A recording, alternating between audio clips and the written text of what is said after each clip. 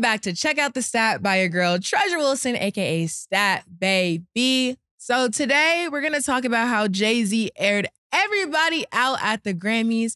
And today we have one of the best women sports journalists in the business. But first, I got to give a shout out to our sponsor, Underdog Fantasy. With Underdog, you can earn money by making picks on your favorite players. You can try the app in California, Florida, Texas, and New York, and the list goes on. If you want to play along, go download Underdog Fantasy, use code STAT. They'll match your deposit up to $100, and you'll get a special pick. So, y'all, we know Super Bowl is this Sunday, so let's get into our Underdog picks. As we know, the Chiefs will play the 49ers. Underdog Fantasy has Patrick Mahomes at 58.5 first quarter passing yards. I'm going to put Pat Mahomes lower. I think first quarter is going to be a little bit difficult for both teams. I just think they have a lot at stake, so it's going to be a little bit harder for Pat to get that first quarter. Deebo Samuel is at 16.5 rushing yards, so he actually averages 16.2, just about right there. I'm still going to go lower because like I said, I think this is going to be a tight game. And then George Kittle is at 12.5 first quarter receiving yards, so he usually averages 15.7. It varies. For George Kittle, for this game, I'm going to go higher. I think he's going to try to make a lot of impact on the field, but we'll see what happens. So for our Superwoman of the Week today, we have a very special guest. She's the host for Speak on FS1. She was born in PA and went to school in Miami. She's a TV and radio personality, play-by-play announcer, and she's an event host. She's the founder of the Joy Taylor Foundation, where she serves the homeless and helps survivors of domestic violence. So introducing my Superwoman of the Week, Joy Taylor. How are you today? Hi. Doing so good. It's Super Bowl week. Couldn't be better. I'm very excited. Thank you for having me. Right. Of course. And I really appreciate you coming on the show. For those who don't know, y'all, Joy Taylor is one of my favorite sports journalists ever. So this is a very exciting moment for me. I don't even think she knew that because I never told her. When she followed me on Instagram, I was very excited. So I have to let you know, I really appreciate you coming on the show. It means a lot to me. Have a lot of questions. I'm going to keep it short and sweet. So let's get into it. Okay. So I want to hit, of course. So I want to hit a couple things. I want to hit a couple things involving your journey, some fun questions to kind of pick your brain, and then we're going to close it with football. So to start, right? I know you were born in PA and you went to school at Barry University in Miami. A lot of people don't know that you were a college athlete. So if you could go back into time, would you go to school for athletics again, or would you go a different route? Oh yeah, 100%. I would go for athletics again. I loved sports growing up. I played from when I was a little baby all the way through high school. And then obviously in college, I ran track. So having that experience and getting recruited, which I also got recruited for soccer as well. See, that's lit. So getting recruited, being able to speak to that experience, especially now in this profession, is important. And having that experience of competing was really special. So yeah, I would definitely do it again. That's dope. So how important was sports to you growing up? I mean, like, you went to school for it. Like, how often were you watching it? Can you kind of speak on that experience? Yeah, it was every day for me. I was a Michael Jordan zealot growing up. I loved basketball. Obviously, I grew up in Pittsburgh, as you mentioned. So everyone in Pittsburgh is a Steeler fan. It is a requirement upon birth. They wrap you in terrible towels in the hospital. It is assigned to you. So everyone, watches and has an opinion about it and is very heavily involved in the city. So I was always around football, high school football, college football, professional football. And I played sports as well. So I played soccer, volleyball, track, and basketball. So sports has been a part of my life for my entire life, playing, watching, or being, around it in proximity. Obviously, I come from a football family as well. Right. So sports is really in my blood. See, that's super lit. So I know you went to school in Miami and now you're living in LA and you're on TV, going to different events, chatting it up with people from everywhere. And honestly, to other people, it sounds like a fairy tale dream, but this is your life. Was this the life that you always saw for yourself? Yes. Yes. I think I say that with the understanding of how that sounds, but the truth is, if you don't visualize and manifest things for yourself, they're not going to happen. And I was driving in the car the other day thinking about, how busy I am, and oh my God, my schedule, and I have so much going on, and there's meetings and calls and emails. And I just kind of took a breath and was like, you asked for this, you wanted this, you were praying for this. So just enjoy it. This is the fun part. So yeah, I mean, I planned for it. I worked for it. I aligned myself with it. I told other people I wanted it, and here we are. So I can't say that I am surprised, because what else was it all for if I'm surprised in here? Right. No, I definitely get that, because sometimes you hit a little bit of overwhelmingness. You're like, I'm just doing so much, but you're like, this is exactly what I wanted for myself. Now you're here and you're living in that moment. So between doing so many things at once, how do you relax? Oh, I schedule naps for sure. I schedule my downtime. Like it's in the calendar. Right. I will be taking a nap. I have an amazing weighted blanket. It's like 30 pounds. It's on my couch, and I will come in, turn the lights off, silence, get under the blanket, set a little alarm so I don't sleep too long, get a little 30-minute snooze in, get back after it. And I also take real holiday. Like when I'm on the road for vacation, I definitely take a few days where I really unplug and don't, pay attention to everything. Balance is super important. Obviously, it can be a very overwhelming business. There's a lot going on. It can be a lot of stimulation. You have social media, you have interviews, you have meetings, you have the show, you have prep, it's a lot. But you have to make sure that you're balanced, because burning yourself out doesn't help anyone either. Right. Super, super important. So I know a lot of people know you right now for hosting Speak on FS1, but you were at the beginning of Undisputed with Skip and Shannon. So how was that experience for you being on that show? Amazing. It was my first daily national show. When I came to Fox, they hadn't launched the show yet. So I was really involved from the very, very beginning, before we had even announced the show, obviously meeting with Skip and Shannon and going over tests and all of that. It was an incredible experience. We traveled a lot. We went to, the Super Bowl and the NBA Finals and Mayweather McGregor and US Open and so many different events all over the country. So it was really special to be a part of that, to be able to travel and do live shows on the road and, get the experience of launching a new show with two really big names in the business. Right. And there were a lot of skeptics about whether it was going to work or not and what it was going to sound like. And, this was, 7+ years ago, I guess 7.5 years ago now.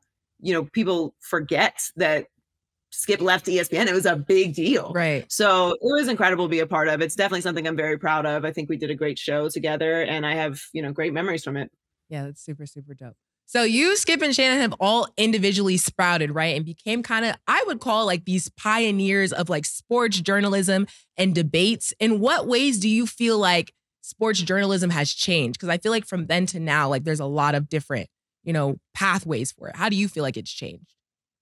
I think the most recent change, because so much has changed and it constantly changes and changes again. And then in 6 months, it'll be different and there'll be something else we have to do. And it is a constantly evolving business. But I think the most recent change is debate isn't very singular anymore. A lot of the shows have shifted to more panels, getting different perspectives, valuing input from different backgrounds. And I think it makes for a more nuanced and fun conversation to be able to have an analyst and then a former player and then a reporter. And, you can get different perspectives and have a really robust conversation. And, pure debate really definitely had its era and we loved it. And we still pull a lot from those shows when they were in that 1v1 format. But I think almost all of the shows now have shifted to, if it is a show that does have very intense discussion, there's more of a panel, which I happen to like, because I like to get different perspectives on things. Yeah. So talking about different perspectives, do you have a favorite like heated debate that you were like, yeah, I killed this one? Like compared to everybody else, like that was your debate that you really enjoyed? Well, I am usually right, so it's so hard to pick. No, no, I mean, I think there's some things I'm pretty consistent on. We did this week, we've been talking a lot about coaches. I don't really feel like you can say there's one greatest coach of all time. I think that there's a big room of great coaches. It's hard to narrow it down. It's a completely different conversation to me than players. I feel very strongly about culture. I am constantly harping on organizations that have a good culture, that are solid from the top to the bottom. Everyone in the building is about winning. Everyone has a standard of excellence, from, you know, your part-time employee to the owner. They all feel the same energy about how things are done. To me, those organizations tend to have the most success. And I feel very strongly about dysfunction and us rewarding in the media and as fans dysfunctional situations that we know are not going to work or overcome, and then minimizing teams that do the right thing as far as how they structure their team and how they treat their players and how they treat their coaches and how they are consistent with winning. I think those standards are super important when it comes to sports and really anything in life. But Right. you know, winning is such a hard thing to do at the highest level that I think those organizations tend to do it more. And I feel real strongly about that. So there's a couple things that I harp on a lot. That's probably one of the main ones, though. Got it. And I like that you're vocal with how you feel, because some people get scared. They'll hear other people having opposing opinions. And that's the point of the debate. You're not all supposed to agree. You're supposed to have your viewpoint, and you're strong on that. And I love it. And I love seeing you on the desk doing that, because it's you and it's dope. Okay. So when Shannon left Undisputed, right, a lot of people were trying to figure out who was going to take his spot, and your name was thrown around a lot. Is that a role that you would have wanted to take? Yeah, I mean, I'm up for any new challenge. I mean, that's a show, obviously, as you just mentioned, that I'm very familiar with, and I've worked with Skip for 2 years, and we know each other well. And you know, I don't think Speak is very dissimilar to the Undisputed format at this point. That's what I said. Like, I think the whole business has shifted. It's still, you know, obviously debate, but there's so many people on the set now. It's not just Skip versus Shannon, or, you know, Stephen A versus Max. Like, it's expanded.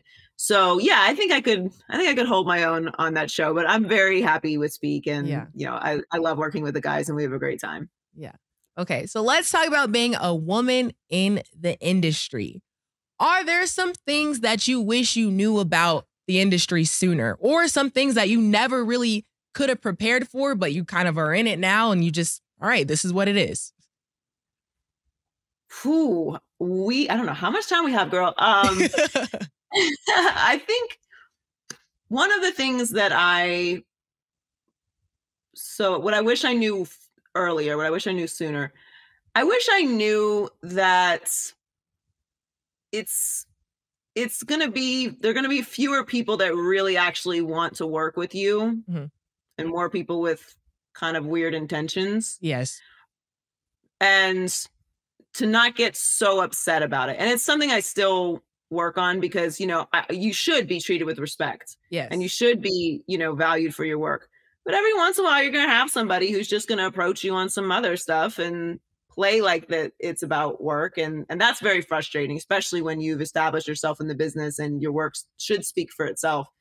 That's still very unnerving. And it should be. It's right. BS, but, you know, it happens. What was the other one? So that was something I wish I knew earlier. And then something that you kind of thrown into that you never could really prepare for, but you're here now. I think this probably applies to everybody, but it's a constant change. Just when you think that you figured out what's happening in the business, something new is going on. There's something new that's expected of you. It's TikTok. It's Snapchat, and it's Twitter, and now Facebook isn't that, but then you have to do IG Live. And it's like you constantly feel like you're in this rat race to keep up with all of the different technologies and everything that's constantly changing. That's not really limited to women, obviously, but I think that paired with all of the other pressures to be perfect all the time and be visible and be active and be in the conversation and look your best and not miss out on anything and not misquote anything and not get any stat wrong. And, you know, it's just like with everything out, there's just an overwhelming amount of pressure on women in the business to be perfect. And I think I knew that going into the national space, but it was really emphasize, especially starting on Undisputed, that perfection is the only option. You can't say someone's name wrong. You can't get a stat wrong. You can't say someone was traded when they were actually cut. It's going to be a story, and someone's going to cut up a bunch of clips and put them on YouTube, and everything is just bigger when you're a woman in sports. And I had a good base knowledge of that coming from Miami and doing a radio show, but the national stage is completely different. Right. No, I completely agree. I know I'm in my earlier stages, but like, you just spoke to me so much. You don't even understand how much that just hit. Because that is the truth. Like, you do kind of have to work 10 times harder to make sure that you are meeting this, you know, criteria, and everything is to a T. And then, I mean, just being a woman in general, people are counting on you. Like, because as soon as you say the wrong thing, oh, she doesn't know sports. She doesn't know what she's talking about. It happens to all of us. We even watch the games. Yeah, exactly. We're watching the full games. And then in addition, like, getting stats and stuff for that. So I definitely understand what you're talking about for that point. Then your first point, I mean, just also being a woman in the industry, a lot of people have other intentions. And it's like, dang, like, I was trying to work, do certain things, and you came with that. Got to push it to the side. So I definitely get where you're coming from. And it spoke to me. Okay. So also in this industry, obviously, we are around a lot of men. Are you usually the only woman in the room? And then did that start out being very intimidating for you? Or were you just cool with it? Yeah, I am usually the only woman in the room. At events, at certain, you know, gatherings, at games, I'm usually not. But if we're talking about meetings, shows, things of that nature, yeah, I'm usually the only woman in the room. It's not, you notice, I think I notice in pockets now, you know, I'm so used to it that I'll walk in and be like, oh yeah, I'm the only one here.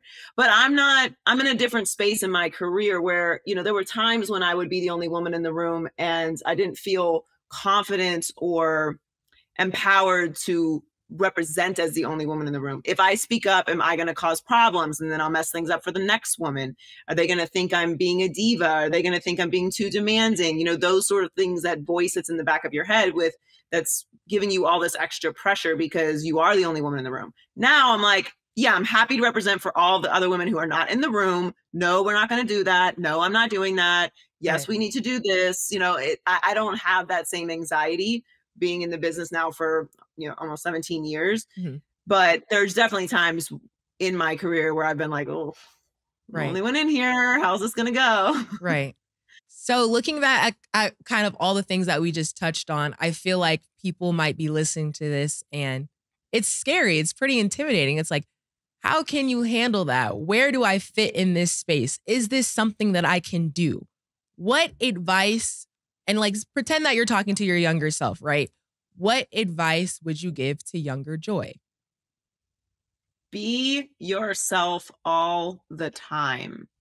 Do not let people tell you how you're supposed to act on air or to make yourself smaller or be humble or just be grateful to be there. No, don't do that. Don't do that. It will not be rewarded. It doesn't matter who's asking you to do that. They're lying and it's a mistake. The thing that makes you special, the thing that sets you apart from everyone else in the world, but in this business, is you. That's it. You can never be better at somebody else, at being them. You can only be yourself. You're just going to be a cheaper version of them. So you should pull inspiration from greats. Obviously, you should study how people who are successful go about their day. What are their habits? What do they all have in common? You know, what do they do to prepare? Things like that. But the personality, the energy that you bring to the table is entirely unique. And no one else can duplicate that. And you trying to duplicate what someone else does in an entirety will only cheapen you. And if someone is approaching you and telling you that you're too much, no, I'm too much for you. Period. I'm too much for you, which is unfortunate for you. Right. It's not unfortunate for me. Sorry. Me is what got me here. If I'm too much, go find less, please. There's so much of it. There's so much less. But it's very easy in this business to get lost in, especially as a woman, in the idea that being too much in a room is a bad thing. And it is so not a bad thing. It is the best thing. Men do not walk into rooms worried about how they are received. They don't think about it ever. Right. They don't. Right. They are there to be themselves. They're going to do things the way they want to do it. And they're going to do it with confidence, whether they know how to do it or not. Right. So there's no reason to make yourself small to make everyone else in the room fit. And it's so important, really, for everyone to show up as themselves. Right. That's great advice. And that's really the quote of the day. If I'm too much, go find less, period. Point blank. Okay, so now let's get into a little bit of fun stuff. Now that you're on camera all the time, do you see yourself watching yourself a lot, or do you try not to watch yourself? Like, how does that process go? I really don't watch myself at all. I don't even think about what I said or did. Like it's so, I mean, doing a daily show, you know, it's a lot. So to sit there and critique myself every day, I know if I did a bad show, I know if I did a great show, I know if something's going to go viral. Right. I know if something I said is going to make someone mad. It's so second nature to me now. The only time I really watch myself for notes is usually like once every 6 months or so, we'll, you know, do kind of an internal review of like, you know, how the show's going. Are we hitting the beats right? Could we be doing this better? And that's healthy, and everyone does that. But on a day-to-day basis, no, you can't do that much. Yeah. If I'm trying something new, if I'm, you know, developing something or something like that, then yeah, I'll watch myself or listen to myself. But no, that's too much. That's too much feedback. We're not meant to get this much feedback. Right. No, I agree. Social media has changed it, and people have comments on every little thing. I'm like, why am I getting critical of my own self? Like, I know who I am and I know what I do. I'm sitting here like, oh, you should have did that. Like, no, you can't do that. So I agree with you. I can't even watch myself. I don't think that you can read it. My policy on social media is if I wouldn't ask for your advice, then I'm not going to take your criticism respectfully. Right. Or not respectfully. I don't care. But like, I would not come to you and ask you for advice on what to do with my hair or how to say a certain word or what my opinion on this should be. So I really don't need your feedback on it. The people that sign the checks are the ones whose feedback I'm concerned about, and they're cool. So. Right. And that makes sense. That makes sense. Okay. So we know this Sunday is the Super Bowl. The Chiefs will play the 49ers. Who do you think will win? Yeah, so I've kind of announced my pick already. It's not a big secret. I'm going with the Chiefs. Okay. I think that the Niners are a really great team. So I'm not hedging my bet here. I'm just saying I do have a lot of respect for the Niners. I don't think it is. I mean, the Chiefs are underdogs. Obviously, everyone thinks that the Niners are very good. Right. I've just picked against Patrick Mahomes every single week in the playoffs, and I'm done doing it. The Dolphins doesn't count because that's my team, so I had to pick the Dolphins. Right. But every week after that, I have no excuse for it, and I'm just done. I'm done picking against him and Andy Reid. They're just too good. I'm tired of being wrong. Right. And maybe I will be again because again, the Niners are a really great team. Right. But I'm going with the Chiefs and Patrick Mahomes. Right. I agree. Okay. And then we got to talk about halftime show. What type of music do you like? And then are you a fan of Usher being the performance? Me personally, I'm excited, but a lot of people have different views. So what do you think about him coming out? Who got something to say about Usher? A lot of people, everybody's like, this is going to be the worst halftime performance ever. Who wants to hear these old 2008 songs? I was like, dang, y'all ain't rocking with Usher? Because I am. Okay, first of all, 2008 wasn't that long ago. Usher has had a very successful residency in Vegas for the past year, where it was very heavily attended. So people are messing with Usher. Right. Usher is one of the greatest performers and dancers. I'm offended at the idea that Usher should not be. I have not heard this part of the internet, so I am a bit taken back by that news. No, I think it's going to be spectacular. I think it's going to be great. Usher is an incredible performer, an incredible dancer. He has so many bangers. His music is fun. It's going to be incredible. It's Vegas. There's no way it just, it's like, this is going to be, there's going to be incredible artists that come out with him. The plan is going to be immaculate. I have nothing short of expectations of greatness for this halftime show, and I am very excited about it. I love R&B. I love hip hop. I love rock. I love musicals. I love jazz. I love Afro beats. The only thing I really like cannot listen to is like super heavy metal and deep house. Yeah. Other than that, I'm a very eclectic music person. I love all different types of music, and I get very moody about my music. And I'm one of those people that if I find a song, I will listen to it 700 times in a row until I move on to the next one. So music is very important to me. It's a huge part of my life and sanity, and I'm very excited for Usher. I cannot wait to see it. See, I agree. I'm very excited for Usher, and I like all types of music as well. So I know you said you're always bumping music. What do you feel like is your favorite song right now? You know the Grammys just passed, so we got to touch on music real quick.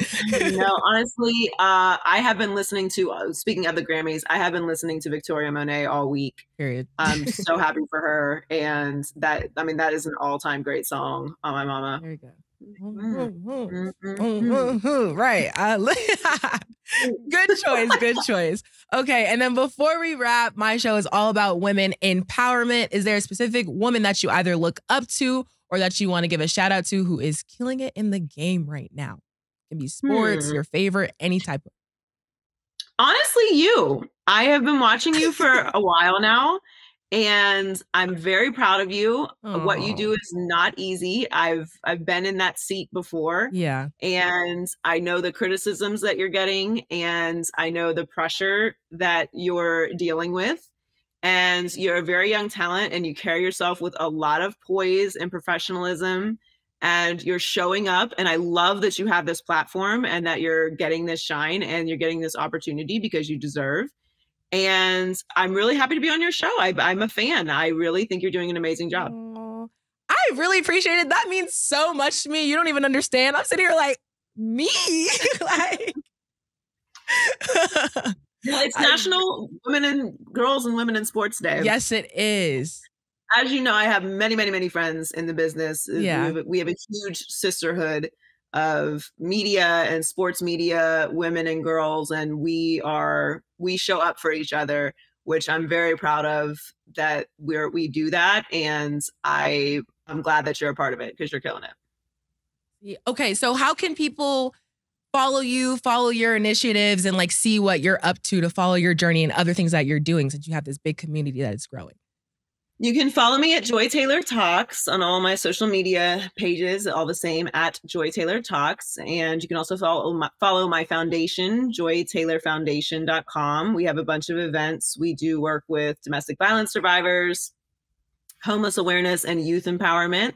I'm actually doing a girls flag football camp in Vegas this weekend with Dr. Jen Welter, who was the first female coach in the NFL. And we're doing a free camp for girls ages 12 to 18 in Vegas. All the information is on my social media and on my website and joytaylorfoundation.com. So we're always doing events and working with a bunch of different people. And I have some stuff coming down the pipeline soon to pay attention to. So no spoilers, but just a little teaser. We have some stuff coming. So super dope. Make sure you guys follow Joy. Thank you so much for coming on the show. This was refreshing, a great convo, super nice. You're a super dope person on camera and off. I appreciate everything that you do, and you are a pioneer. A lot of people look up to you. I really appreciate you coming on this show. It was a good time.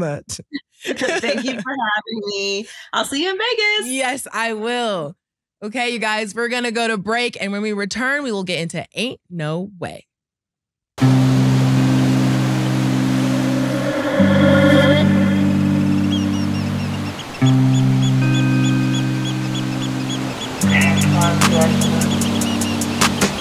She called this thing about toxic. 4 years and counting. Got you feeling like an option. Maybe I'm my own problem, babe. She tired of hearing I don't know. What's stubborn in me won't fall. Dealing with this thing called trust. But she really thinking about it. Wanna be free.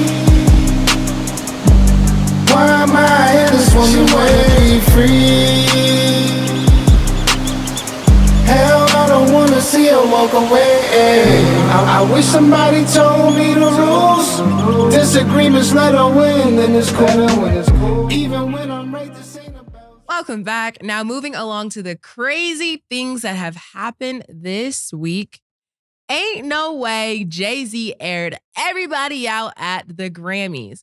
So the Grammys just passed this last weekend, and there's a lot of things that went down. But I think the main topic of conversation for a lot of people has been Jay-Z's acceptance speech.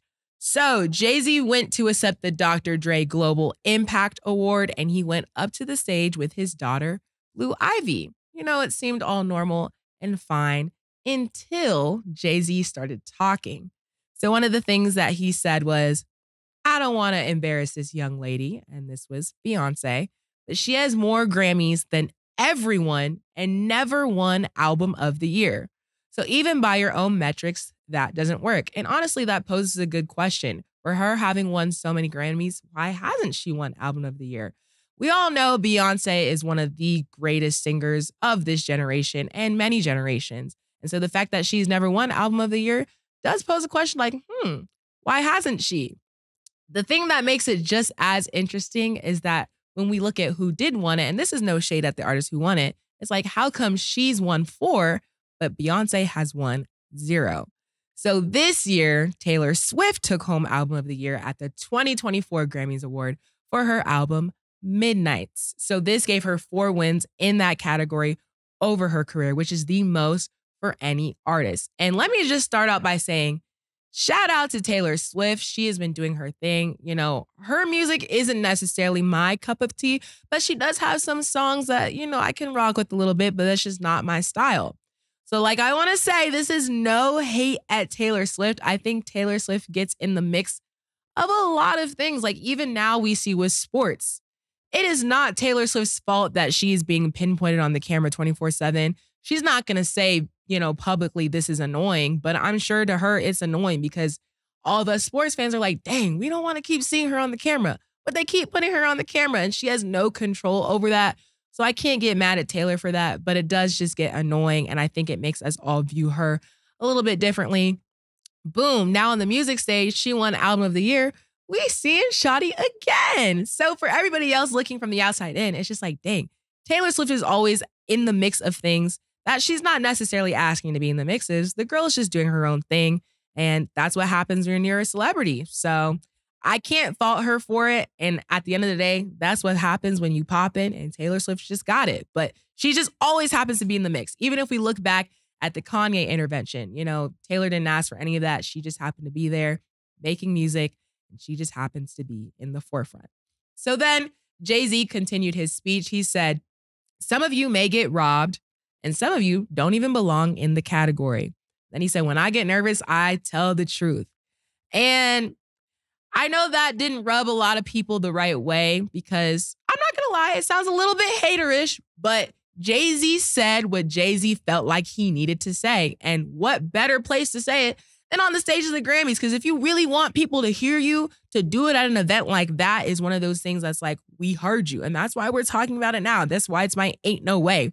Because he chose it on a stage that not just Black people are watching, not just Asian people are watching, not just white people are watching, everybody's watching. So that was when he felt like it was the time to do so. So y'all know it's Black History Month, and this is the time we should be extra blackity black, even though we should be extra blackity black all the time. But a total of 11 Black artists have won Album of the Year in the Grammys, more than 60 years in history, and just 3 of those artists are women. So the last time a Black woman won Album of the Year was 25 years ago when Lauryn Hill won for the Miseducation of Lauryn Hill in 1999. So it's kind of weird when you look back at the collection of music that has been made and we hear all this amazing art from different artists who are phenomenal at what they do.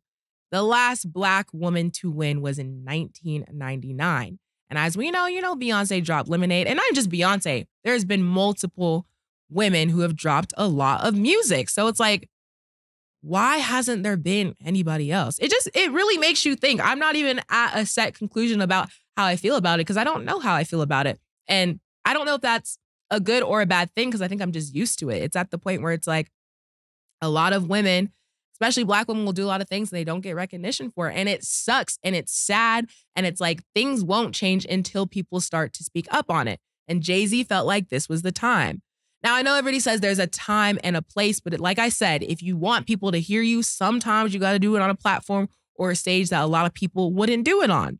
So it's a lot deeper than just not getting an award. As I just kind of explained, it's the principle behind it, you know? People can win multiple things, and yes, she's won multiple Grammys, but to get that prestige award, album of the year, and it being Beyonce, never winning something like that, it's pretty crazy to think about. And she's not getting any recognition for it. So I see where Jay-Z's coming from. And at the end of the day, that's his wife. You know, he's going to ride for her regardless. And he's going to say what needs to be said. Because we all know Beyonce can't say it. Beyonce's not going to do it. Beyonce has a very clean-cut image. And I respect her for that. And she's always going to have that image. So if Beyonce going to speak up, Jay-Z sure will. So there's a lot of debate saying that Jay-Z sounds ungrateful. He's a billionaire. Why are you complaining? I also feel like just because somebody makes a certain amount of money, they're not allowed to have feelings about anything. He can't have any say or judgment about something concerning his wife. He's just not allowed to speak. I mean, he is Jay-Z. He is a billionaire. Those are two cool things that, you know, we see. And it's like, he's going to have opinions. And that doesn't mean that he can't share those opinions. Like I said kind of earlier in previous episodes, 2024 is the year of the truth. And I think a lot of people have been fed up. He said what he needed to say. He accepted his award. And then him, Beyonce, and Blue Ivy left. They left the whole rest of the Grammy performance. And I think that spoke a lot of volumes because they came there with an agenda. He knew he wanted to go in and say something. I mean, a lot of people see Beyonce's clips and they're like, she seemed really shocked. Like she didn't know what was going on. Hey, man. From what I've seen, they look like they're on one accord. She could have fully knew what Jay-Z was going to go in and say, because at the end of the day, yes, Jay-Z has an image and she has an image, but their image is together. When you see Jay, you see B, and that's just how it is. I also have a problem with a lot of the people saying they always want more. You give them this and they want more than that. Who is they? Who is they? And why because it's Jay-Z, he's not allowed to say anything? Because Jay-Z's probably saying a lot of things that a lot of people feel, but it might be a lot of things that people are afraid to say and come and say to the forefront. So I have no problem with them saying it.